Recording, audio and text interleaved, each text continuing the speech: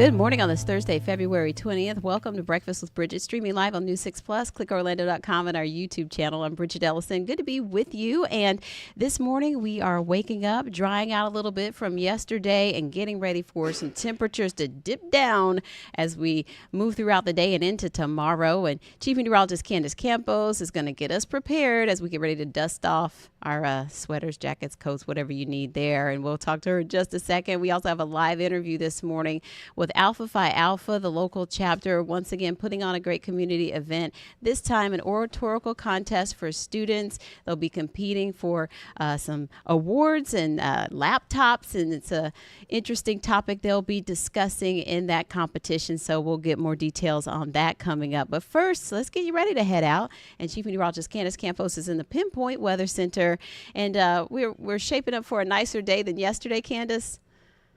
Oh, absolutely. If you like it cooler, right? Because yesterday, some people liked it. It was breezy, it was warm. And then we got the rain towards the tail end of the day, like we talked about yesterday morning.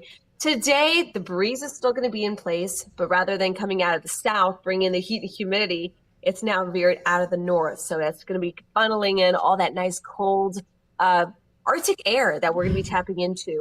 But right now, we are still dealing with kind of cloudy skies. So the morning a bit on the gloomier side for many folks. So as we take you kind of a live look outside right now, this is Cape Canaveral. You can see we have a lot of cloud cover in place, but notice the picture, the frame there, shaking in the wind, got the palm frond there constantly being blown around.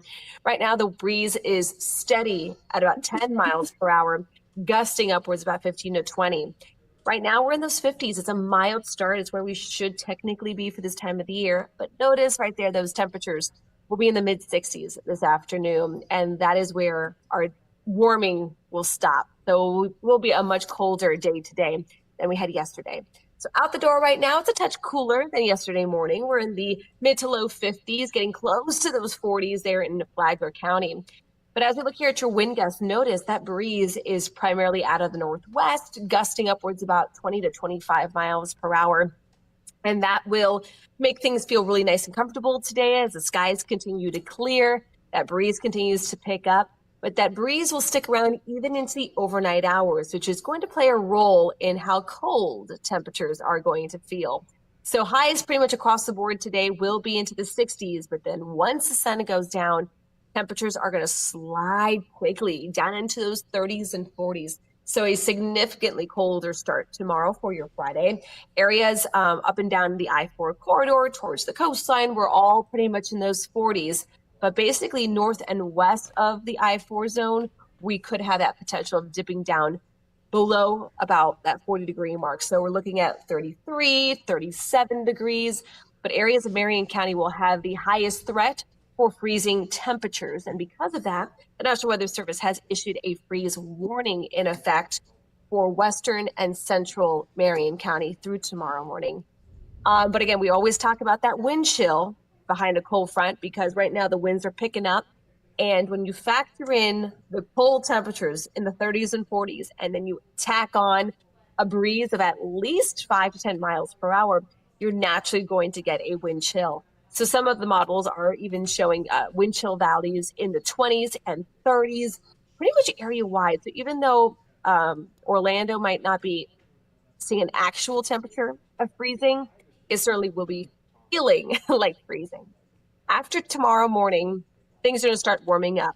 Not a big-time heat up. It doesn't look like we're going to get hitting 80 anytime this weekend, but you can see that the blue is going to slowly start to retreat back north, keeping conditions pretty mild. And that is why, as we head into the weekend, low 70s, running near normal by the time we head into Tuesday. As of now, it looks like the warmest day of the week could be Wednesday, as we'll get very close to near 80 degrees. So enjoy these 60s. You know, Steve was joking during the morning show, but I was trying to take a very holistic approach where it's just like, enjoy the air, breathe in the nice cool temperatures. And I just say that because it's mid-February, practically towards the tail end of February. March, fronts get really hard to come by. And then by April, bye. We're gonna be talking about heat, we're gonna talk humidity, we're gonna talk afternoon storms, we're gonna talk hurricanes. So yeah, I'm gonna sit back and I'm gonna enjoy the next 2 days because you know what, darn it, we can. these last little bits of cool air. So I'll see if I Yeah. can convince the kids to wear a little bit heavier jacket tomorrow. We'll see how that goes. Tell them this is the last time they can wear their jackets while they still fit. Oh, making me Well, sad. it's not really. We're just Okay. lying. They'll, Okay. they'll wear it again. Okay. Okay. We'll, Okay. we'll, we'll make sure they fit in the season. Don't worry. Oh boy. All right. Thanks, Candace. Bye. Bye. All right. We want to get a check of the traffic with Trooper Steve, and he is back from Margaritaville this morning, and I'm sure you can't wait to Yes. go back.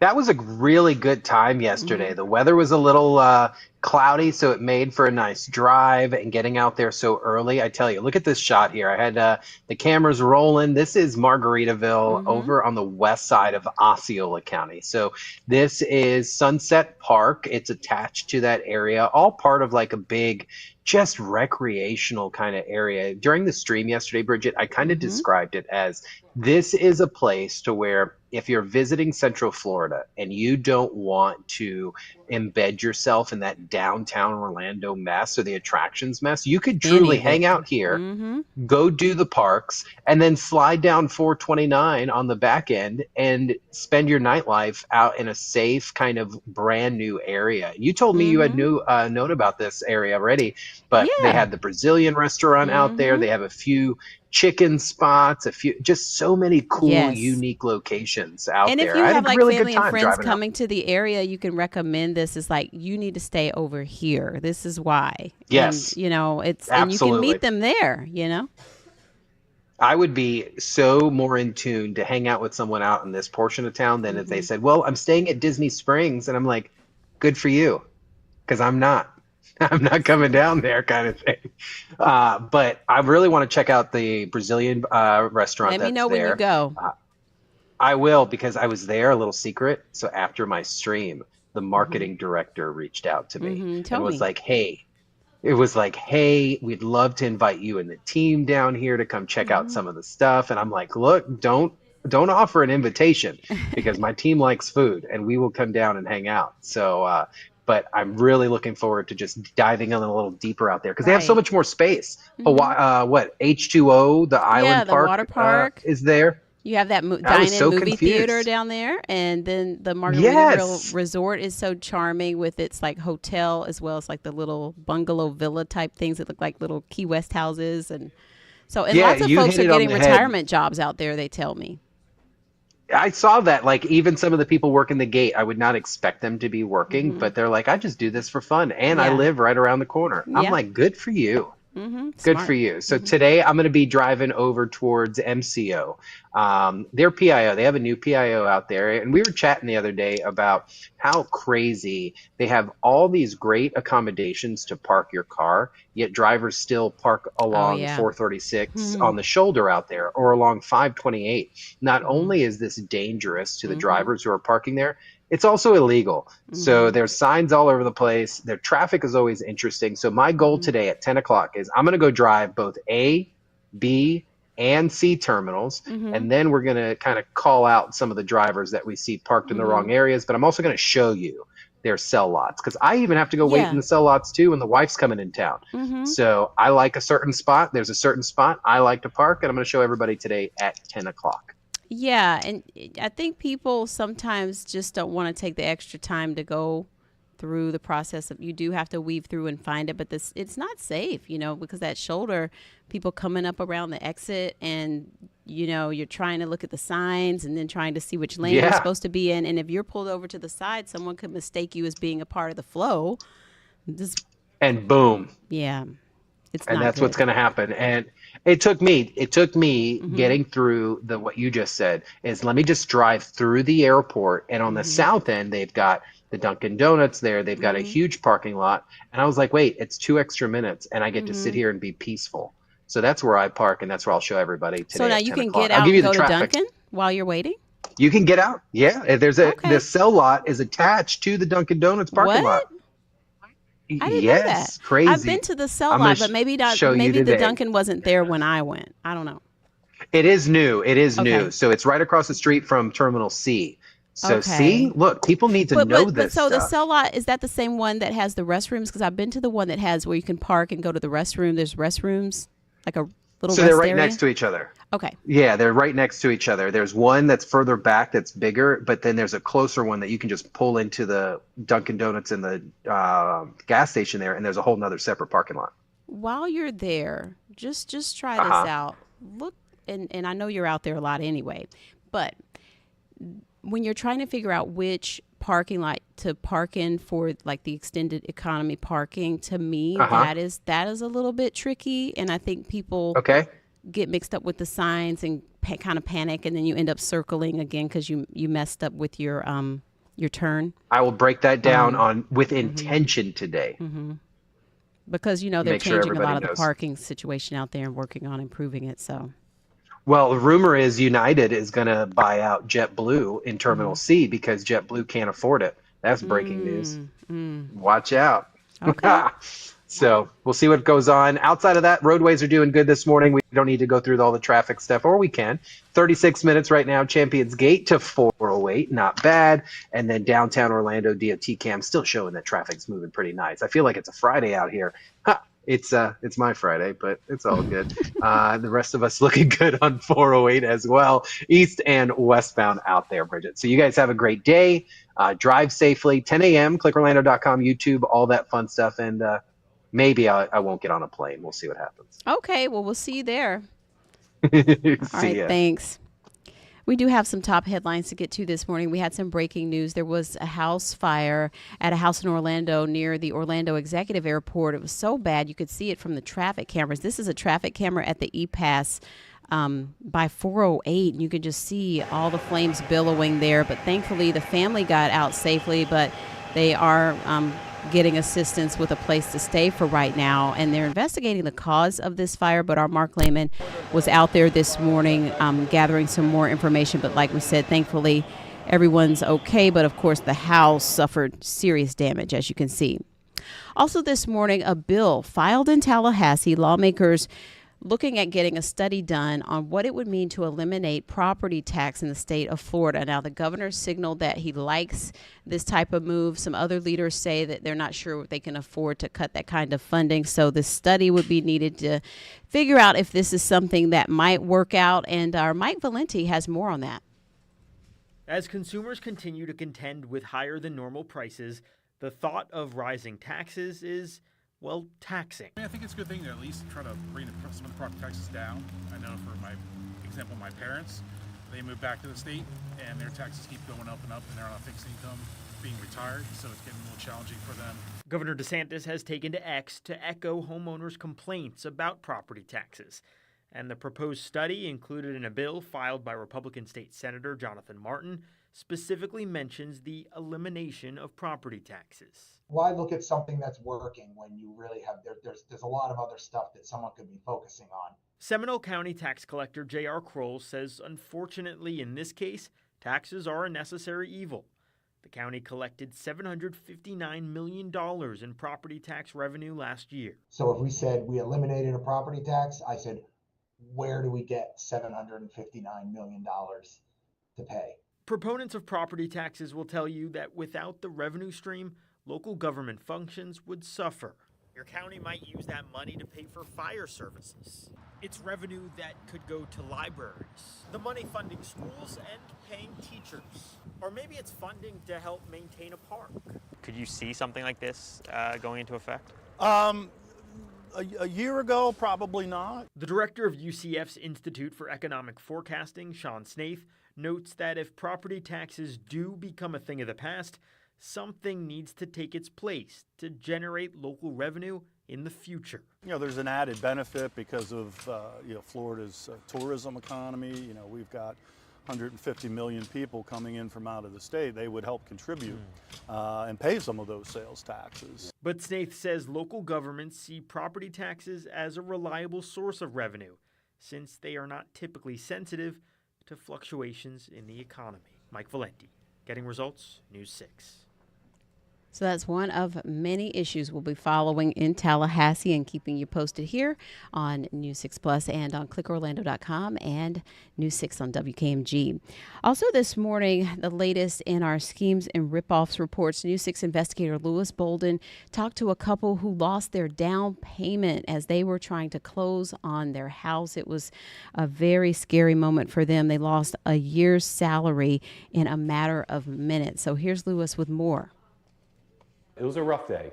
It was a rough day. Last month, when Matthew Brock and his wife were supposed to close on their 3-bedroom, 2-bath house in St. Cloud, what was supposed to be a day of celebration quickly took a turn. Just sorrow and depression and sadness, like full sadness. According to the police report, cyber crooks impersonated their title company by changing one letter in their email address. Instead of isabel@nasalaw.com, the crooks created isabel@nasalaw.co.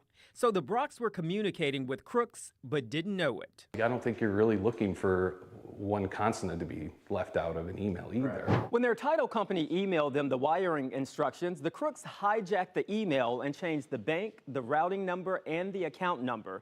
So these are the real instructions. They left off the wire fraud prevention notice, urging them to always verify wire instructions. More than $38,000 was gone. Brock says his wife was devastated. I've known her for almost 20 years now, and I don't think I've ever seen her in that type of sadness. And it was real. Brock moved quickly and called the bank where the money was sent and had the account frozen. But the money was gone, except $5,000, which the Secret Service helped him get back. He started a GoFundMe, and with the help of family and friends, they were able to buy the home anyway. All right, here's the house. Now, he wants to raise awareness.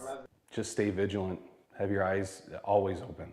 And know that, yes, it can happen to you. If you have to wire money, always call the title company to verify the wire instructions. Remember, don't fall for the scheme, don't get ripped off. But if you do, email me at lbolden@wkmg.com. Getting results, I'm Lewis Bolden, News 6. There's always something to watch out for, so you can check that out more closely on clickorlando.com. We're going to take a quick break. We'll be back with a live interview about an oratorical contest coming up soon.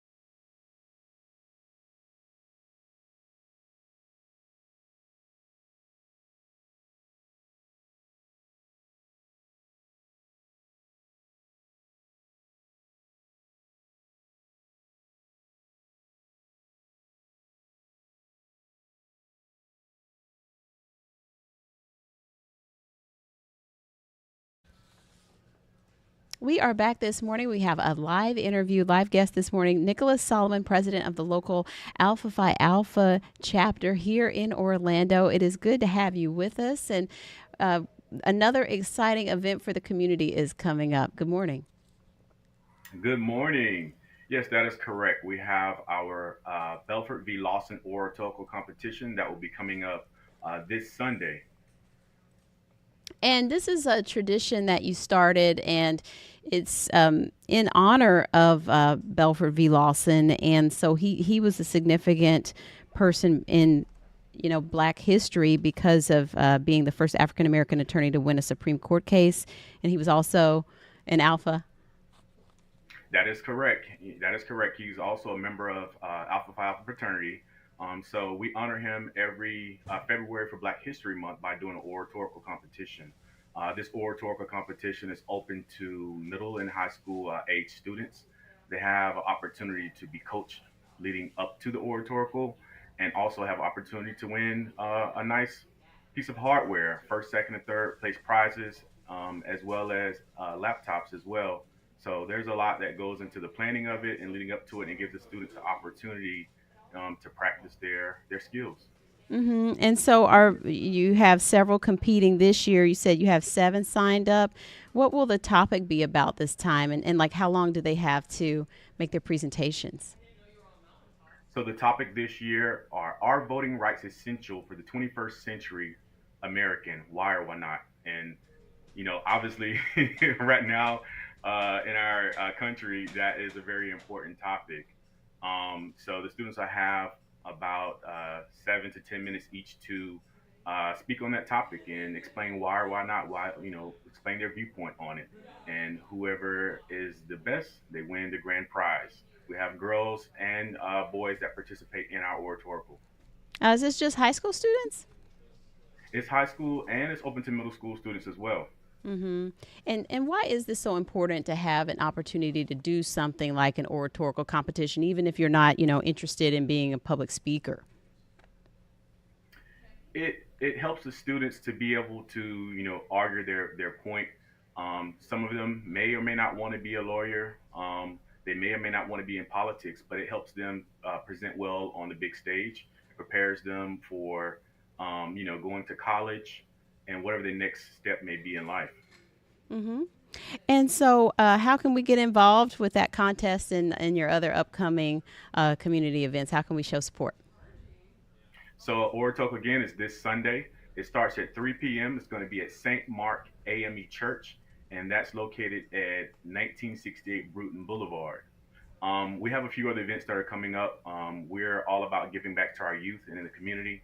We'll be taking some boys on a college tour during the spring break next month in March during the Orange County spring break.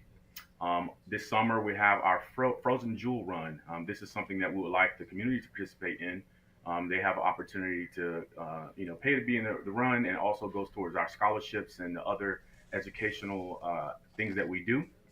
And then later in the fall, we also have a golf tournament that the community can also participate in, and that also goes towards the scholarships and the things that we do through our educational foundation. All right. Well, awesome. It's always great to see so many different opportunities for the youth and to help support that and get back to them. And so where can we go for more information to catch all of that and keep track of everything? So you can always visit our Instagram page, our Orlando Alphas, or you can also go to our website, which is also Orlando Alphas. All right. Well, thank you so much, Nicholas. Good to see you, and hope everyone can come out and enjoy that. Thank you so much for your time, Bridget. Thank you. Also this morning, I want to tell you about a big plan for Castle Park. Maybe you've been to this playground, but it is one of the iconic playgrounds in the local community. And right now they're looking at making some upgrades out there to Castle Park, but it is up for debate because, there's some concern about sort of losing some of the charm that is there in Winter Park. But people will have a chance to weigh in on this. But Castle Park is on Denning Drive, and a lot of people say it does need a facelift. So they're going to give the community an opportunity to weigh in. And News 6's Catherine Silver went out to check it out and talk to some folks who are really interested in this. This is a day that's perfect for play. And this is the perfect place. I like about this playground that is shaped like a castle. Do you like to pretend that you're in a real castle? Sometimes. Lisa Sojourner has been taking her kids here to what's affectionately called Castle Park for years, the same playground she visited as a child. You come here just to go to this park. Oh yeah, the kids love it. Here, it's not just a playground. It's the idea that this wooden design, crafted more than 30 years ago, can be anything you want it to. I like to pretend like when we're going on the slides, like it's a big cannonball shooter.